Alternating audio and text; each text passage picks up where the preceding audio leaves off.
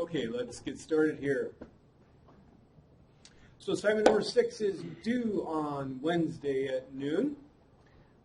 Since we only have a few more weeks left to go in the semester, I think it's a good time for us just to take a look at the schedule to see where we are. So for the remaining of the semester, we have some shorter R topics to talk about. There will be no more assignments after assignment number 6. That's both good and bad. Good in that you have less to do. Bad in terms of I don't have a way to assess your knowledge through an assignment of this stuff that we're doing after Thanksgiving break. And of course, all the stuff that we're doing for the next couple of weeks will be on the final, so you don't have necessarily an assessment of do you understand the material. So I strongly recommend that you do take the time to think about what kinds of questions I could ask on a final exam corresponding to this material. Think of it in the context of the NFL data. Think of it in the context of the stability testing data. As we go along here through these sections, I will also give you some ideas of potential things I could have asked you as well. But now there's a little more responsibility on you right now to make sure that you understand this material, since I want to have an assessment on it before the exam. Obviously, I could give you another assignment, but it's just so hard to do that at this time of the semester, so that's why I decided not to. So the final exam is coming up. Again, it's the Friday of finals week at 7:30 a.m. In this room. It will be only over the R portion of what we've been doing. It will not be on SAS. It will not be on LIX. It will not be on knitr. I thought about putting some stuff on knitr, but I decided not to. I don't know, maybe in the future when I teach this class again, I will have tests over LIX and LaTeX and knitr material, but it's just a little bit difficult right now to do that, especially because it's difficult to get everything on the software, or get the software on all the computers. And frankly, I've never given a test over that kind of material before. I'm not sure what to ask. Yes. So will we submit our final as a Word document? Yes. So you will do the final exam like you did the midterm. And so obviously we've been really focusing on LIX since that midterm. You'll need to copy and paste stuff into Word. Okay? So same format as before.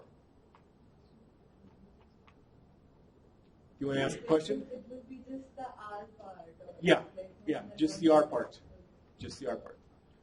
Yes? Are you building it lengthwise as the midterm, as the final, or is this going to be longer for the 2 hours? I think it's going to be similar to the midterm. Okay.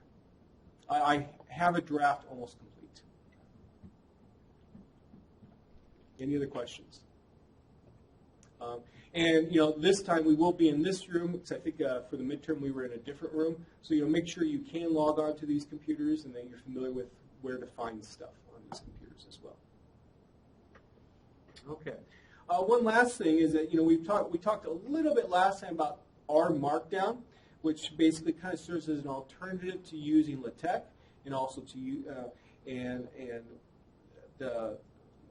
when you use knitr with Markdown, that's how essentially you get R Markdown.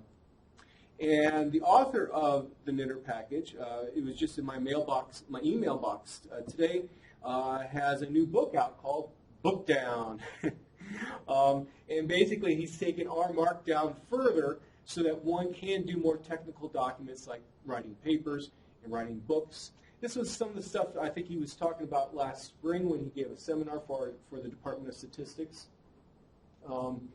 And I haven't really looked at it. You notice it's a very short book, 138 pages, very small price, $14.96. I think one reason why it doesn't cost much is that you essentially can get it online for free too. And so if you go to bookdown.org, you'll see a list of books that have been written using Bookdown, I guess, including his. And if you click on it, here's the whole book. So if you find this stuff kind of interesting and you want to learn, mark down to, there's an option for you.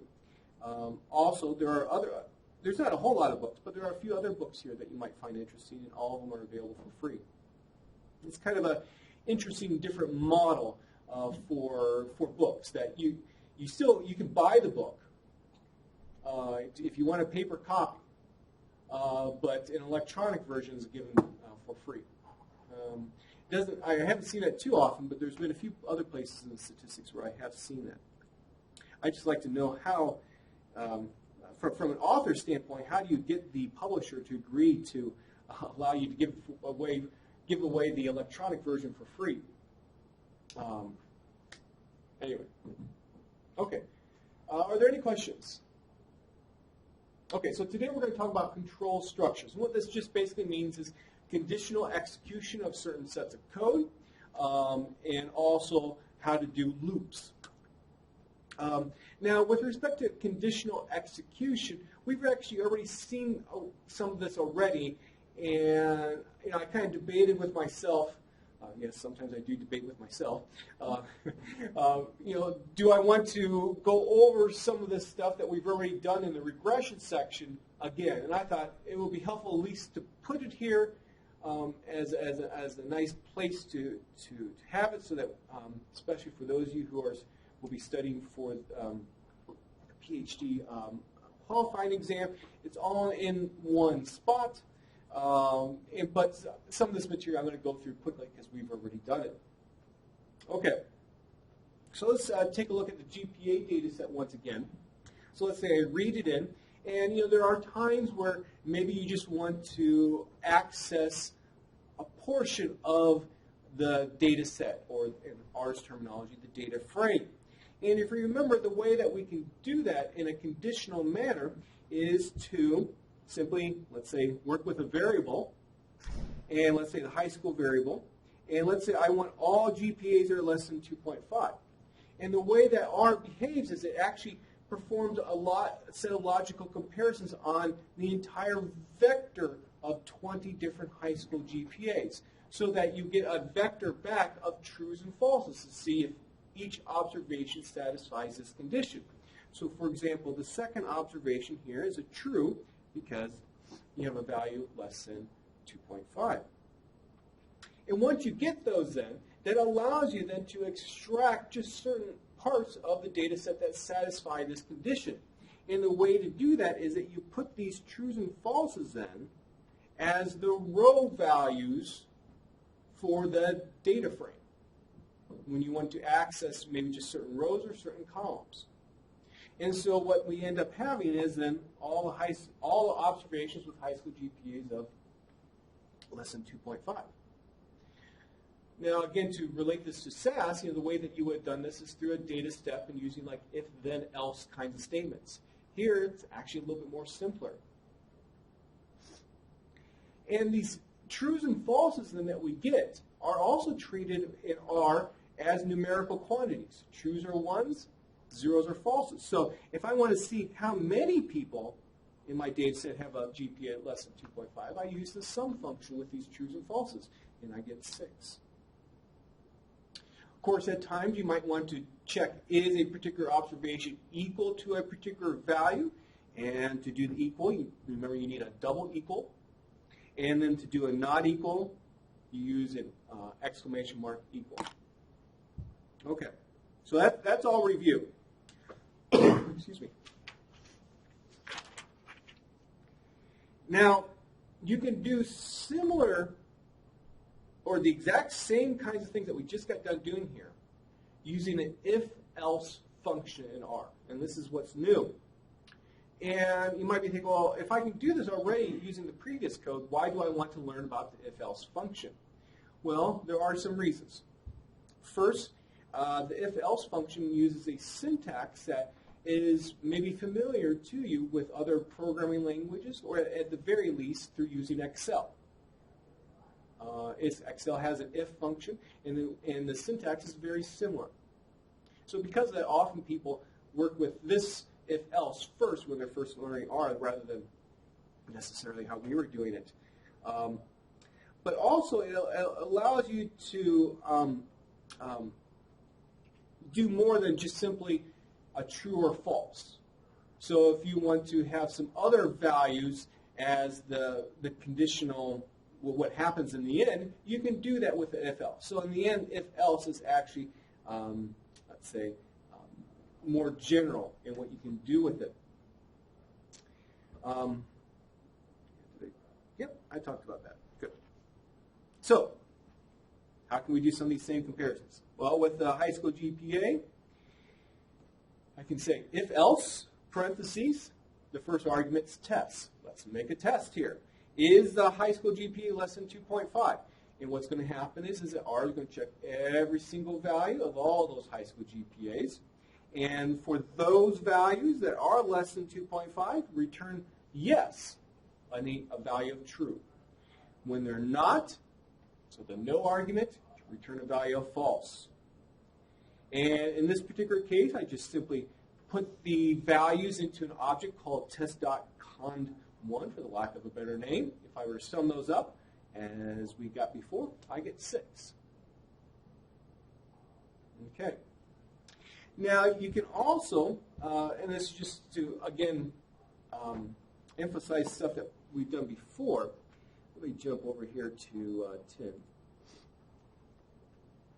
Now, remember, if you have, let's say, 2 conditions you want satisfied, such as the high school GPA is less than 2.5 and the college GPA is less than 2.5, the way that you can put them together is with an ampersand. So if I just execute this small segment of code, you can see I get my trues and falses. Or I can put this all in an if-else statement. And let's say this time I return yes is a 1, no is a 0, and this is what I get. Okay? Remember, you can also do an or with a vertical line. You can also do nested if-else functions too. So if-else, let's test, first of all, that high school GPA. Is it less than 2.5? If so, then yes, let's do another if-else function. Is the college GPA less than 2.5? Yes, give it a 1. Otherwise, no. And then we still have the no to take care of for that first if-else function. And if we do all that, we get, of course, then exactly the same results that we just got. Okay. Now, in R, there's also something called an if function, and that's different. Let me get to my notes. Okay. So if-else returned a vector of results. It does that comparison, you could say, or that conditional execution of every single element in the vector. Now, there's another function R called if. It only does it on one thing. So one element. That's it.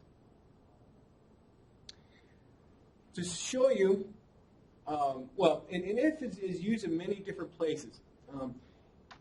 Whenever you look at the function code for some function that's already in R, you will often see a lot of these if statements there, checking for, you could say, errors by users of that function. Let's say that a particular function requires that you pass into it a data frame. But instead of a data frame, maybe you pass in some other kind of object. Well, at the very beginning of these functions, often you see if, check, is it a data frame? If it is, go ahead and execute the rest of the code. If it's not, stop, say syntax error. And so that's that's one use of if functions. Here's a very simple example. Let's say that I want to print the first few observations of a data frame or print the last few observations of the data frame. Well, we know that there's a function already called head and tail that will do that. Maybe we just want to put them all together into one function itself. Okay? It's a simple example. So this is a simple example. Let's call this function simple.func, for lack of a better name. And in this function itself, I have one argument, print.head. Okay? Now, to begin the function, the main code, of course, I need a left curly bracket. And then I'm going to end it with a right curly bracket. So these need to be matched up. Everything inside there is my main function. Okay, so this is how it works. I'm going to use the function if. Notice I have a space here. Most people put spaces. You actually don't need a space. So if I were to rewrite these notes, I'd probably take it out. It's just a habit of mine to always put the space there, because in other languages you often do. But you don't need the space at all. And let's say, okay, print head is, if it's equal to true, go ahead and execute head GPA. Now, look at the syntax here. Syntax is not the most interesting thing in the world, but it's very helpful when you're programming. Notice how I have a left curly bracket and a right curly bracket. So everything inside those, if I have more lines of code, they would be executed. Okay? Now here's a little bit of a quirk in R. There's not, I wouldn't say there's many quirks out there in R, but this is one. With an if statement, you might think, well, is there an else? Well, yes, there is. And I put the else right there. The key is, here's the quirk. It has to be on the same line as that previous right curly bracket. Otherwise, R will have difficulty interpreting what this else corresponds to. It's corresponding to the previous if. Trust me, I've made this mistake many times, where I put the else down in the next line. Okay? It needs to be on the same line. Then I can execute just one thing, or I can execute a whole bunch of things, and I include it within these curly brackets. And so now tail GPA. Again, simple function. So if I execute it with print.head equal to true, as you might expect, I get the first 6 observations in the data set. And if I say false, I get the last 6 observations. The tail function is actually executed. Okay. Well, here's a more complicated place where the if function is helpful. And sometimes when you're introducing students to programming, which we essentially are, it's hard to show really good examples because these good examples come about when you have a lot more experience. But we can still take a look at this example here. This comes from my analysis of categorical data with R book. I wrote a function called examine.logistic.reg. The purpose of this function is to do some diagnostic plots to evaluate the fit of a logistic regression model. If you don't know what a logistic regression model is right now, that's okay. I'm just more focusing on the syntax and understanding why the if function can be helpful. And so what this function does, it puts up a whole bunch of plots. If you take my Stat875 class, you'll get to use it. And in a regular old regression model, which all of you have done before, very often when you evaluate the fit of the model, you do a plot of the predicted values versus the residuals.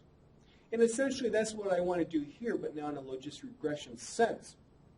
And so in this function, here's the name of the function, gets, and then I have a number of different objects, and they just so happen to have particular default values set. Here's the left curly bracket to start the main part of the function. Here's the right curly bracket to end the function itself. Oops, wrong one. There it is down there. Notice I have taken some code out because it wasn't really important for what we're doing here. Next, I do a plot. I put some lines on the plot. And if I have any observations outside those lines, typically it means it's an outlier. Okay? And at times, depending upon what you're doing, you might want to actually have R identify those outliers. Or you might want to simply identify certain points that you see in the plot. And if you want to do that with an observation number, what did we learn how to do before? Use the identify function. It's in the graphics package. And so, sometimes you may want to do that. Sometimes you may not. And so, to give the user the choice, then, I have an argument, identify.points equals, I have an argument, identify.points. It's set to true, meaning yes, you do want to identify the points. And in my actual code then itself, I have an if function. If identify points equal true, yes, go ahead and use the identify function, and people will be able to simply click on the plot to identify the points by their observation numbers. If it's false, well, then it just skips it.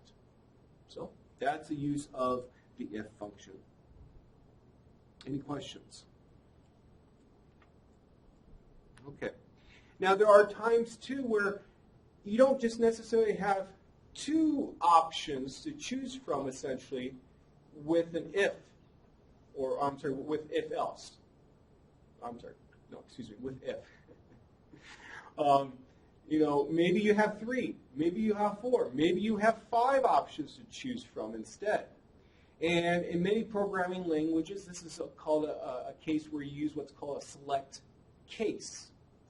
In R, this is referred to as using the switch function. So let's say if I want to write a function that simply helps me find centrality of a set of data values. And, of course, how do we measure centrality?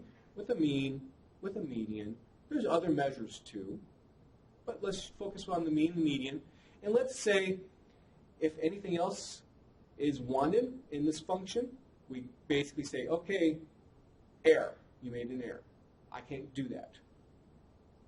So if I were to do this then with an if function, to write one function overall that allows me to choose between the mean, median, or an error. So I have 3 options. I can do this with nested if function. So here's my function. I'll call it mid.value1 function. X is going to be my data. And then what kind of measure of centrality do I want? So type. By default, it's going to be set to mean. Again, here is my left curly bracket and my end right curly bracket. And first, I check. If type is equal to mean, go ahead, go use the mean function. Print the results. Else, if type is equal to median, well, use the median function. And then else, invalid type requested. So you can't do like a trim mean, for example. So those are the 3 options. And just to show you how they work, again, we'll work with the high school GPA data. When I say type equal mean, indeed I do get the mean. When I say type equal median, I do get the median. And when I say use the builder method, it says invalid type requested. Okay, there is no builder method out there that's a measure of centrality yet. So instead, I can greatly simplify this code, make it more readable by using the switch function. So now I have a new function here that I'm creating called mid.value2. Again, I'm going to pass in my data, start with a default of mean for type, and then simply say switch. Expression, meaning, okay, well, what's going to contain the various cases? It's my type object. So that's my expression.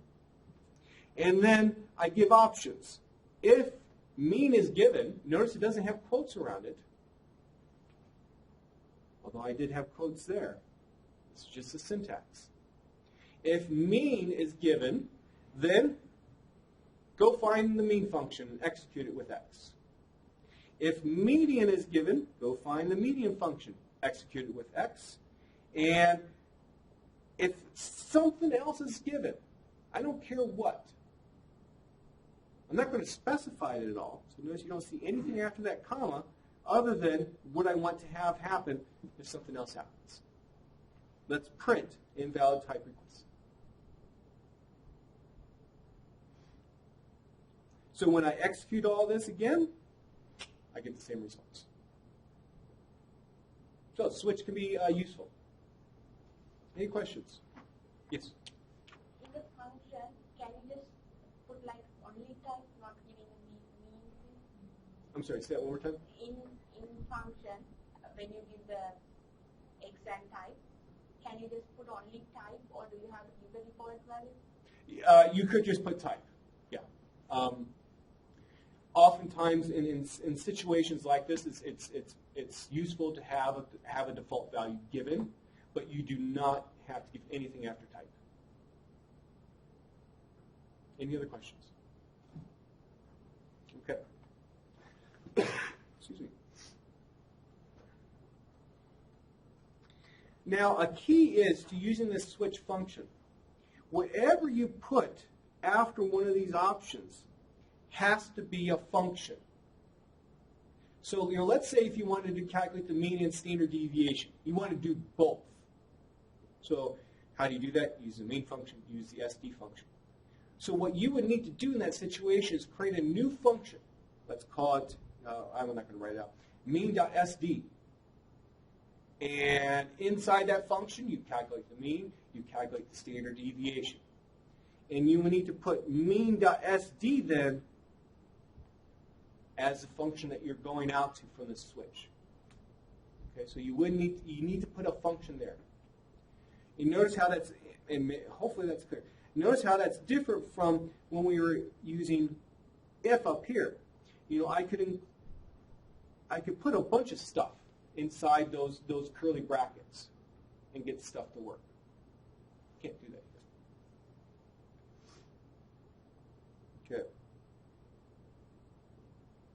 So let's talk about loops then. So when you use a loop, well, when you want to repeat the same thing over and over and over again. We saw that before with the SAS section. The main way that we do loops in R is to use the for function. Okay, we'll see that shortly. Now, very often in situations where people who have not done R programming before, they will want to use the for function to do lots and lots of things that actually are not necessary. Because remember how R does its calculations. It typically performs its calculations on vectors of data. We saw that, for example, with the if-else function. You can imagine probably rewriting the if-else function in a loop where you would say, check the first observation, check the second observation, check the third observation, and write it in a loop to do all that. But in reality, the way that R is set up so it performs calculations on vectors, very often, places where maybe in other programming languages you would have had to use a loop, you do not need that in R.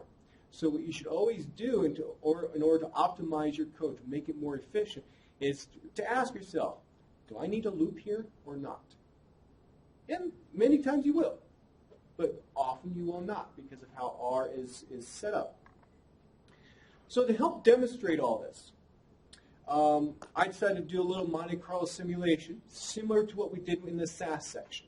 If you remember in the SAS section, we looked at confidence interval for a population mean. So if my sample mean was y bar, plus or minus, the 1 minus alpha divided by 2 quantile with n minus 1 degrees of freedom from a t-distribution, times the sample standard deviation s, divided by the square root of the sample size. Confidence interval for a mean, 1 minus alpha times 100% confidence interval. And what we did was we wanted to evaluate, when I say like 95% confidence, is that really correct? Or is it actually something different? And, well, as long as all the assumptions behind this interval are satisfied, such as your data comes from a normal distribution, yeah, this will be, the true confidence level will be 95%. So let me just poke their head in here. Anyway, but let's say instead that you had a different distribution. Suppose your distribution was logistic, or maybe your distribution was exponential, or something else. Well, then that confidence interval, even though you say it's 95%, may not actually be 95%. And so what we often do in statistics then is we do Monte Carlo simulations to evaluate what is really the true confidence level for a confidence interval. It's a fundamental thing of what we do in statistics. So let's talk about how we can do this in R then. And what I'm going to do is actually program the same Monte Carlo simulation, I think maybe up to 5 different ways, so that you can see an inefficient approach versus a more efficient approach. But that inefficient approach, while it would be inefficient in this situation, that same idea of how to go about it might be the only way that you can do more complex Monte Carlo simulations at in some other point of your statistical careers. And so that's why I think it's important to see all this. Okay.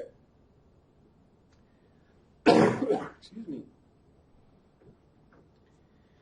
So, again, on what we did in the SAS section, I'm going to simulate 1,000 different data sets. Each of them, so 1,000 data sets, is going to go into an object called num.samples. Each of them is going to have a sample size of 10.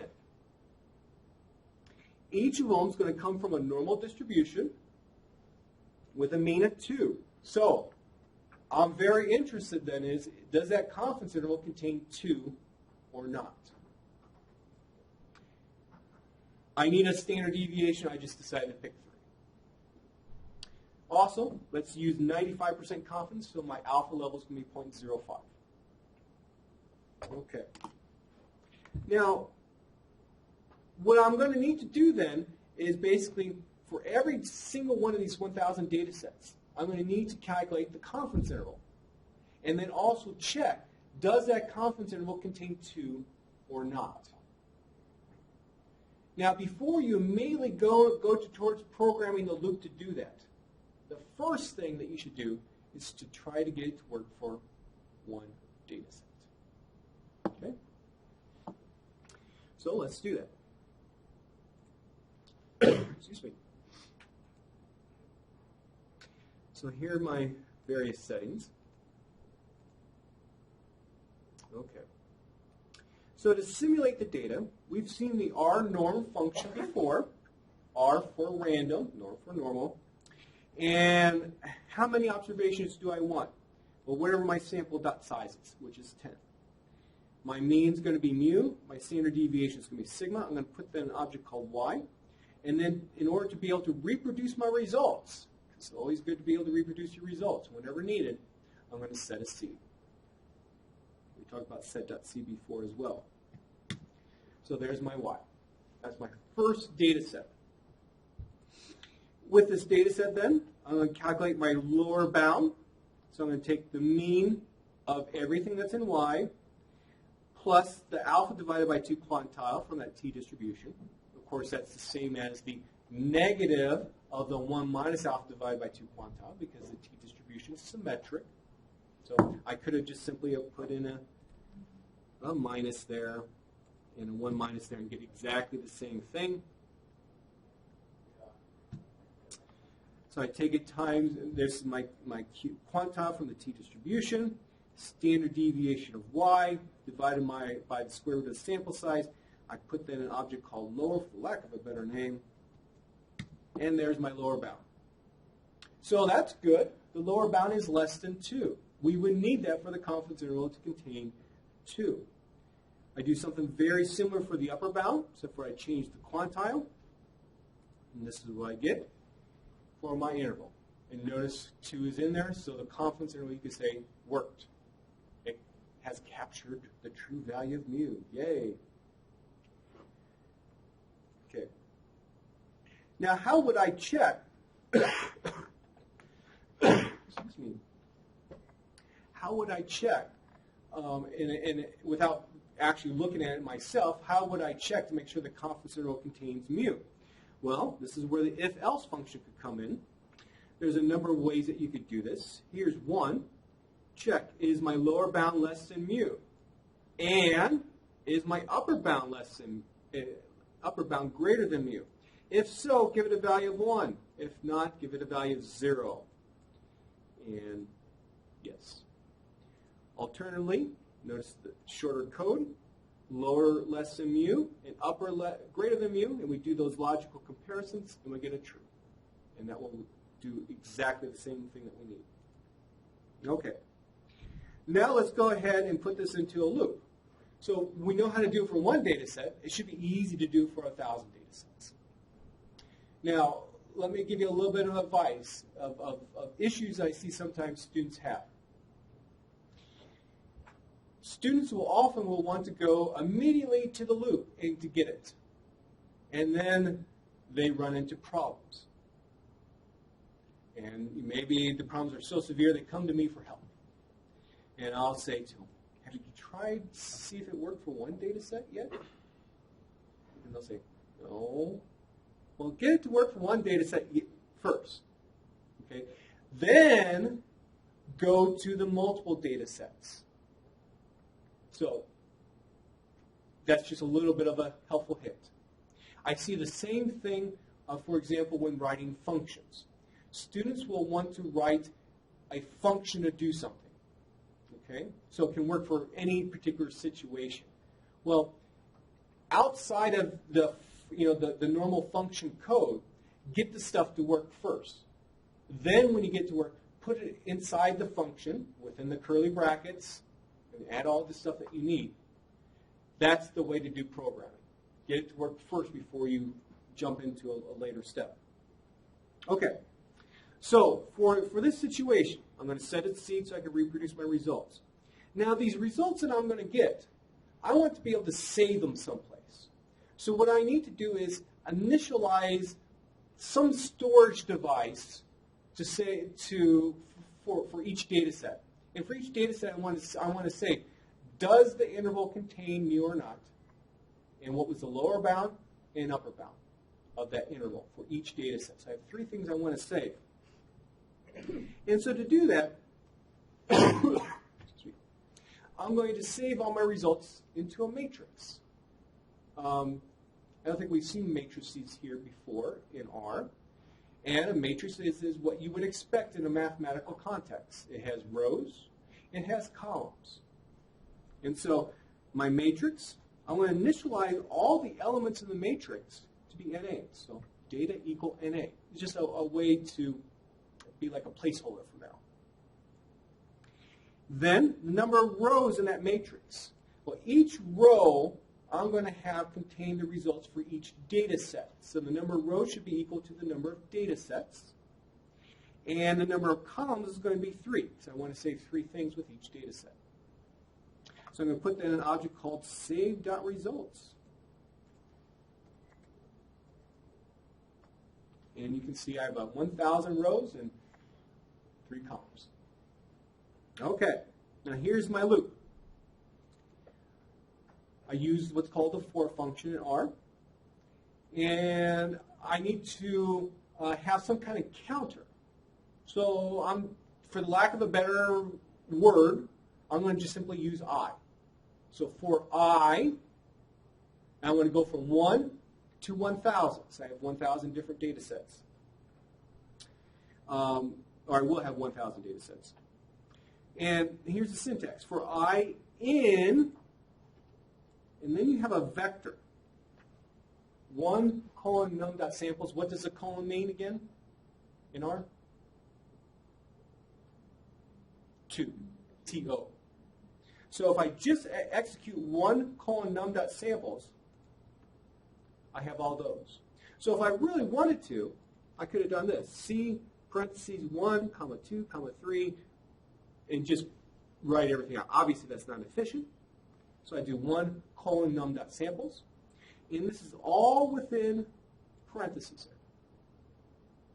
So this basically does my counter that I'm going to use here. And then, similar to like a function, I have a left curly bracket, I have a right curly bracket. Everything inside there is what's going to be repeated from I equal 1 to num.samples. So the first thing I'm going to do is simulate my data, just like before. Calculate the interval, lower limit. Calculate the upper limit. And then I'm going to check, is mu inside the interval or not? So all this we've done, although this time I'm actually saving the results into an object called check. Now what's new is I need to be able to, now I want to be able to save all these calculations I just made. So here's my matrix save.results1, and in the ith row, I'm going to combine together check, lower, and upper. Notice I do not have a column designation. I could, if I wanted to, I could do 1 colon 3 to mean columns 1, 2, and 3. I don't need to. So the first time through this loop, I will be 1, and I'll simulate one data set, do all the calculations, and in row 1, I will put check, lower, and upper. The second time through the loop, I will be equal to 2. Then in row 2, I put the results from data set 2. So let's go ahead and run this. And let's take a look at save.results1. Okay, so for the thousandth data set, mu was inside the lower and upper limits. The lower limit was negative 1.46. The upper limit was 4.69. So what I'd like to be able to do now is, well, that first column contains all my 1s and 0s. Let's add them up so that I know how many times did this interval work. 949 times out of 1,000. But what's the percentage? Well, take it divided by num.samples. And there is what will be referred to in statistics as the estimated true confidence level for this confidence interval. The estimated true confidence level. The only way I'd be able to have the exact true confidence level is if I, in this setting, took an infinite number of samples. And we only have a limited number of minutes left in this class, so I can't do that. Now, since I also have 1s and 0s, an easier way to find that proportion is just to take the mean. Take the mean of all those 1s and 0s. Okay? Any questions? Yeah? When you output the same result first column, why we see the second and third columns output on the screen? Well, because I had typed save.results1, and I just wanted to show you what it was. So let's look at the first few. And you know, was that useful for us to have the second or third column in this situation? No. But you know, one reason why I did it is so that you could see that indeed, well, 2 is an interval, and I did get a right value there. It's a 1. If we just output the first column, we can just see that 1 and 0 and no. Yeah.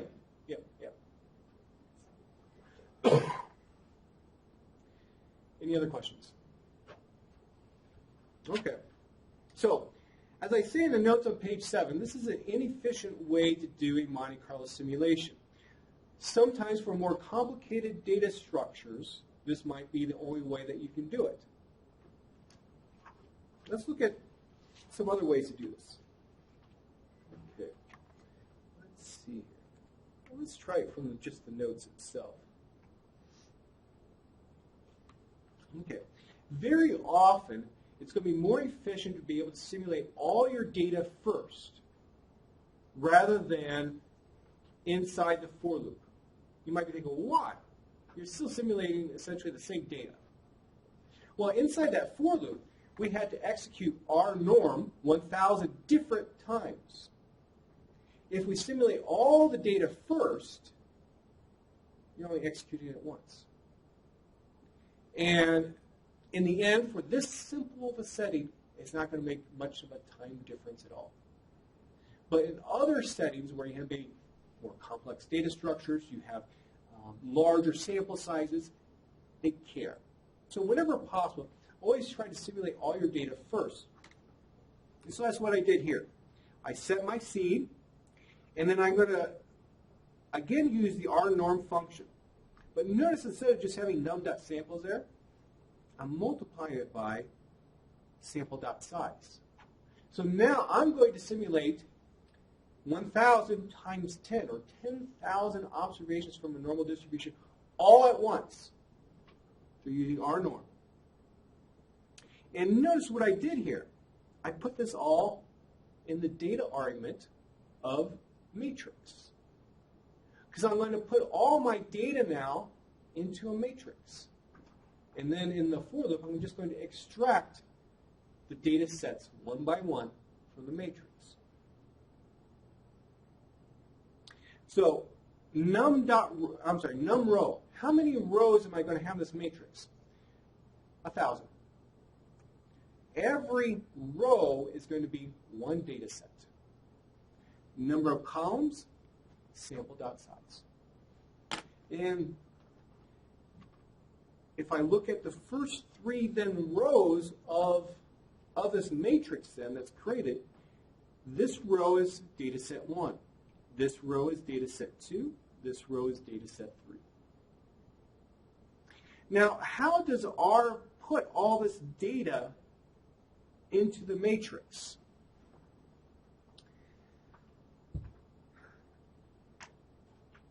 I use an argument here called by row equal true. You don't have to. I like to, because this tells me now, okay, the first data value is going to go into row 1, column 1. The second data value is going to go in row 1, column 2. The third one's going to be row 1, column 3. So it's going to enter everything in by rows like that. Okay? In the end, for this simple of a study, it doesn't really matter. But I don't know, I guess I always think of in terms of putting stuff into matrices by row rather than by columns.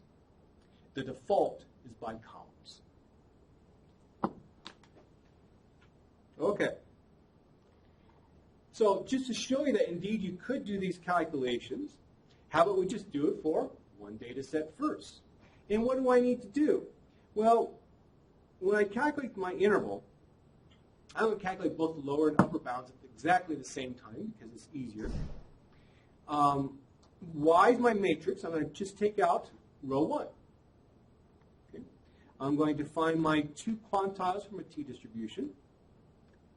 For my standard deviation, again, let's just take out the data from row 1. If I do the math, this is my interval.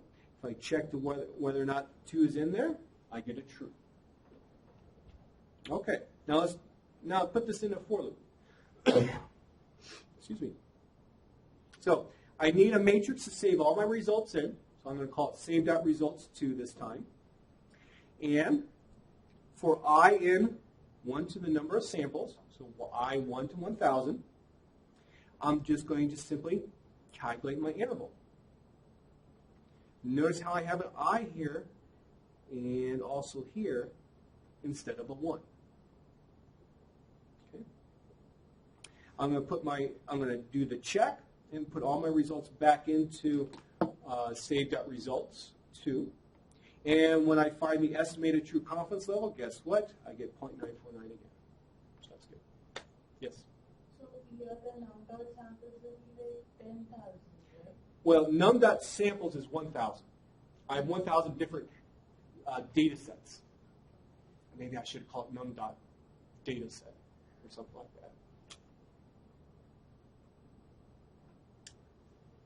that. Okay. Any questions? So, one thing that you should think about, and we still have some more ways to look at how we could do this Monte Carlo simulation. One thing that you should think about then to help prepare for the test is think about, well, what if my data was, from a different distribution? See how you can do the simulation. See if you get the same results.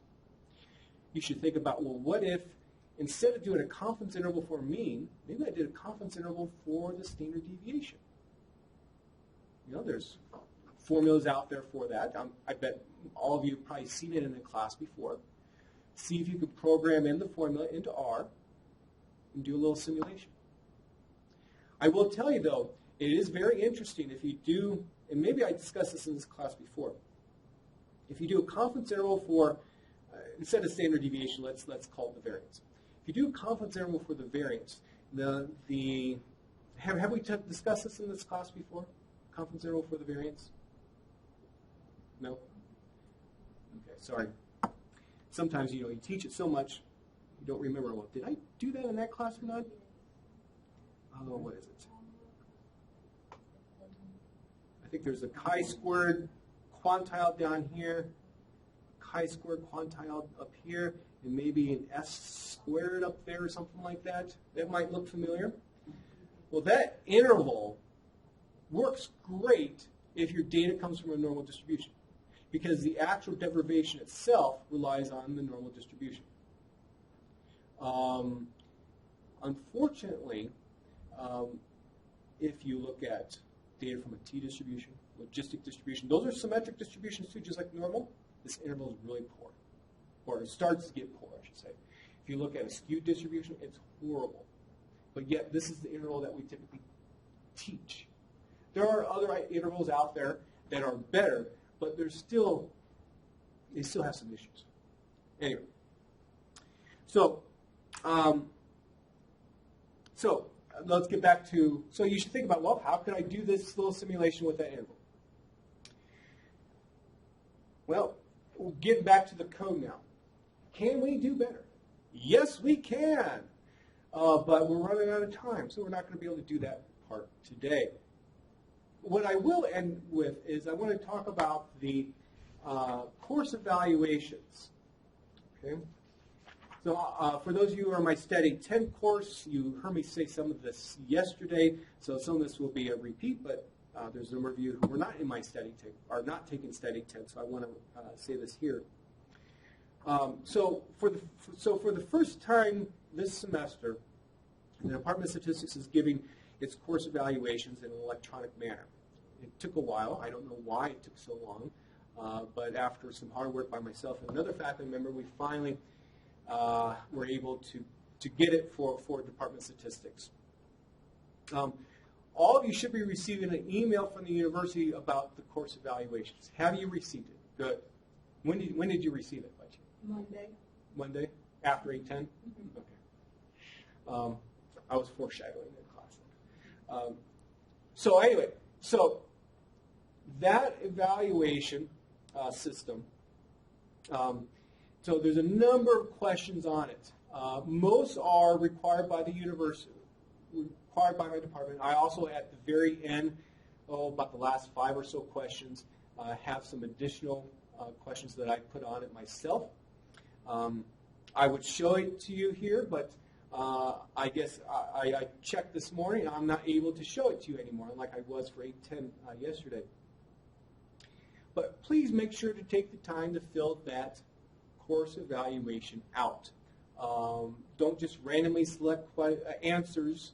You actually take the time to fill out all parts of it because this is the only formal way that my department has to evaluate my teaching. And while I am a fully promoted professor, it still matters. When one goes up for promotion as a faculty member, one actually has to turn in every single evaluation form that they've ever received. And back when we were doing the paper evaluations, I would have a very large binder of paper evaluations. Whether or not the people who were looking at my promotion and tenure pack actually looked through every single evaluation, I don't know. But we were supposed to turn them in. Still, all faculty do have an annual evaluation, and on that evaluation, some summary measures are actually put from your teaching evaluations. So these evaluations do matter. Take the time to do them, please. Excuse me. This is the first time that this course has been taught. I wouldn't say it's perfect, but at least in terms of the content, I really like what we've done. I think next time I teach this, I will make some minor modifications to it. But overall, I like the content. I hope you did too. I like teaching it. I think this is very important stuff for students to know. Unlike maybe other courses, this course is meant to set you up for success in other courses. You're not going to be an R expert. You're not going to be a SAS expert. You're not going to be a LICS expert after taking this course. But the tools you learn here, remember, I use the word tools there because note the name of the course, computing tools.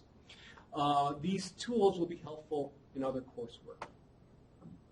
Also, this course is called Computing Tools for Statisticians.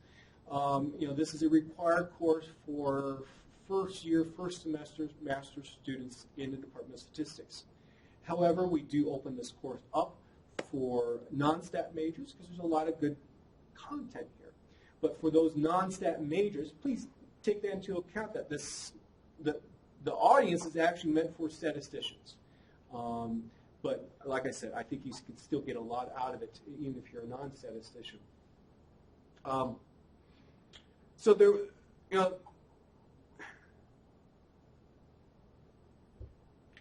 In this course, what I've tried to do is, give you a number of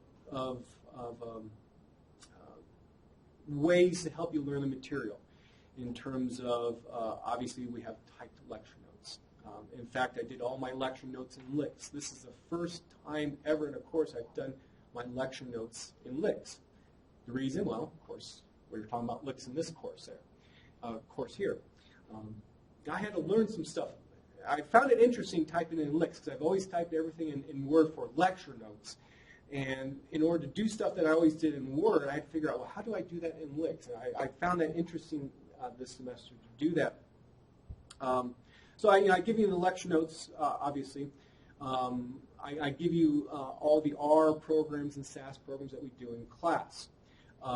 In total, so I was curious, 4,103 lines of code. That's a lot. To put it in perspective, my analysis of categorical data with our book that I've talked about a number of times, that book has about 11,000 lines of code in it. But that's a whole book that's meant for more than one semester. And that took me about 3 years to write. I started preparing for this course February of this year, and I still got 4,000 lines of code. So I think that's quite a lot. And maybe in other courses, a professor will say, just go figure out the code yourself. I don't think that that should be done. And obviously, in this context for this kind of a course, that can't be done. Also, I've given you access to my videos for these courses, for this course. I think this is an exceptional way to go back and review the material when needed. If I was a student, I would have loved to have these videos. And I still remember, maybe I told the story before, I still remember my very first statistical internship. I'm sitting in my cube, and I have a repeated measures design that I need to analyze. And I'm going through my old lecture notes from the class that I took on that, to go through the book, and it's like, I wish I could read. I wish I would have paid more attention, first of all, to the professor teaching it. But I wish I could relive that so that I could learn, so I could do this easier rather than having to reteach myself. Well, these videos, you can relive your graduate school experience by watching these videos. The main thing is hopefully I've given you some good tools that you can use to learn the material. If you like those tools, mention them on the evaluations. I don't see why we couldn't, let's say, record all courses here at this university. Some professors have, some professors are not. But if you say that you like certain things in these evaluations, when administrators look at these evaluations, think, well, maybe I should make more resources available to faculty so they can implement this stuff more easily. So anyway, that was a little bit longer than I wanted to get into. The main thing is evaluations are important. Please take the time to do them, okay? Any questions? Will those videos still be available after the semester? Yes, they will be. What I plan to do after the semester is actually, they'll at least be available in their current location for some time. But what I plan to do is actually upload them to my YouTube website. Another question Yes. is, speaking of condition, will I be able to return the index of an array that satisfies a certain condition? Like The index of an array that satisfies a certain condition. So, maybe you want to know, let's say, which observation number satisfies a certain condition. yeah, like if you use MATLAB, that would be a find function. Let me think about this. Let's see. Just give me a moment. See if I can think of it off the top of my head. I rarely have I ever needed the actual index. In one kind of ad hoc way that you could do it. Let's see here.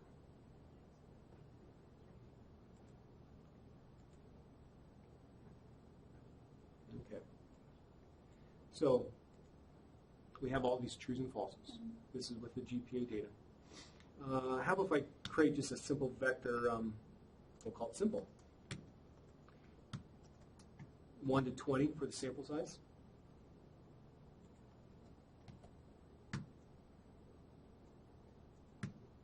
So simple is going to have the numbers 1, 2, all the way up to 20.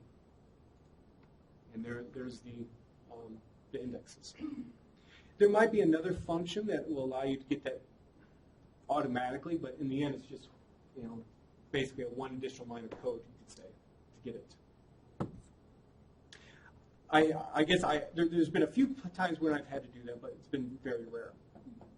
Maybe it's just because of what I do versus maybe what you do. Other questions? Yes?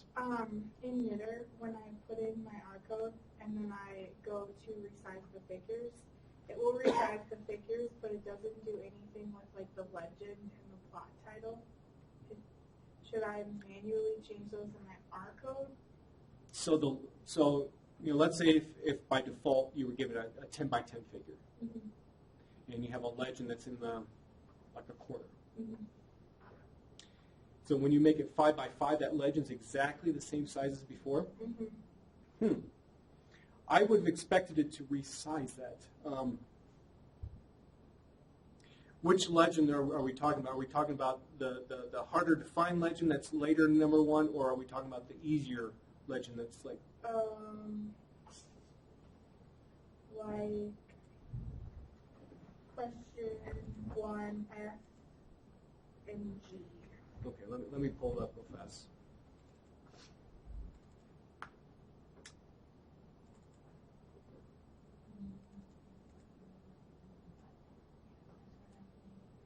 Okay. Let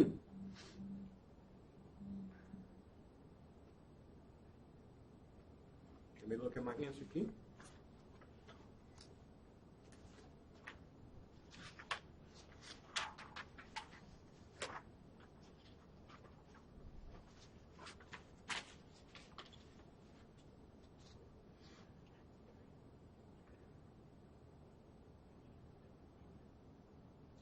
At least I did not have any problems with sizing. Okay. Maybe I wasn't really. I don't have it here where I can see if I actually tried to resize it. Okay. One thing that you can do in the legend function itself, there are arguments that allow you to do a resize.